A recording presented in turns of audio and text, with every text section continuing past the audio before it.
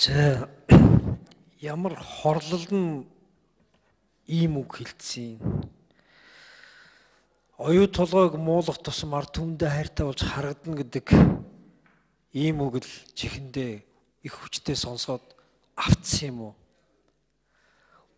8 жил үндсэндээ Монголд эдийн засгийн хувьд нэг алхам урагш нь алхуулж болох Монголд эдийн засгийн солонгоруулаад дараагийн үеийн бизнесийг шинээр төрүүлж болох тэр том арааг л муулж, мэрж, шүүмжилж тэрэн дээр өөртөө улс төрийн хонжоо авч од болох гэж оролддог ийм хандлага явлаа л да. Иргэд эхлээд мэдлэггүй асуудлыг улс хуураар нь хараагүй учраас алга дашин хүлээж авдаг байсан гэж магадгүй. Том төсөл явсны дараа дунд жижиг бизнесүүд хөдөлж сум болгоно руу, айл болгоно руу жижиг дунд бизнес хийж байгаа хүн болгоны тэр бизнес рүү мөнгө ордог гэдгийг энэ хэдэн жилд мэдэрсэн юм а.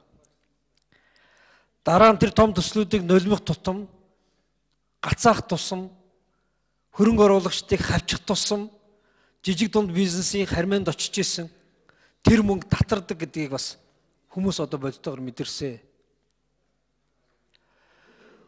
Хүмүүс ядуу байна. Иргэд гэмтэр хийхээс өөр аргагүй байдалд орлоо л гэж яриад байна. Ажлыг хэн булаагаад байгаа? Тэр хүмүүсийн хоолны газар ажилуулад жижигхэн лангуу түрээслээд нэгэндээ хэрэгцээтэй зүйлийг зарж борлуулад өөртөө байгаа авьяасаа хөдөлмөрөө үнэлүүлээд амьдрах боломжийг хэн хулгайлаад байгаа? Одоо бодтойгоор нэг эргээ хард та. Болсон болгоныг л шүүмжилж шүлсдэг.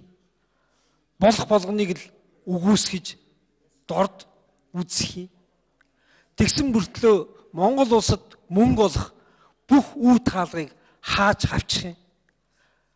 Зөрүүлээд мөнгө үрж болох нүх сүв болгоныг задлж урах юм. Одоо ингээ хараараа нэг хоёр үзүртэй зүв шиг. Би ардын намыг арай ч ийм юм руу очихгүй байх гэж бодож ирсэн юм аа. Оюу толгойтой холбоотой өнөөдөр энд улсын их хурлын энэ дээрээс өсчүүлсэн шүлс болгон чин гадна хараа сууж байгаа хөрөнгө оруулагчдыг айлглаа.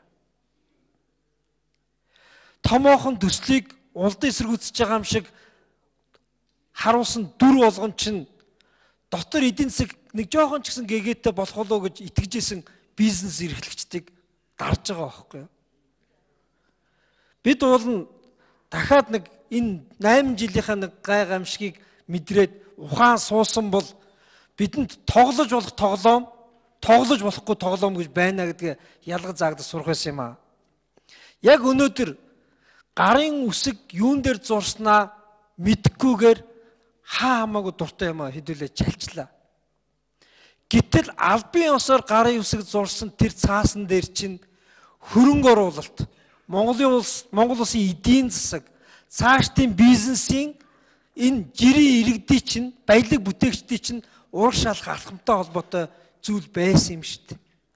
Энийг нэг эргээд нэг бүгдээрээ нэг хараарай гэж бодож байна.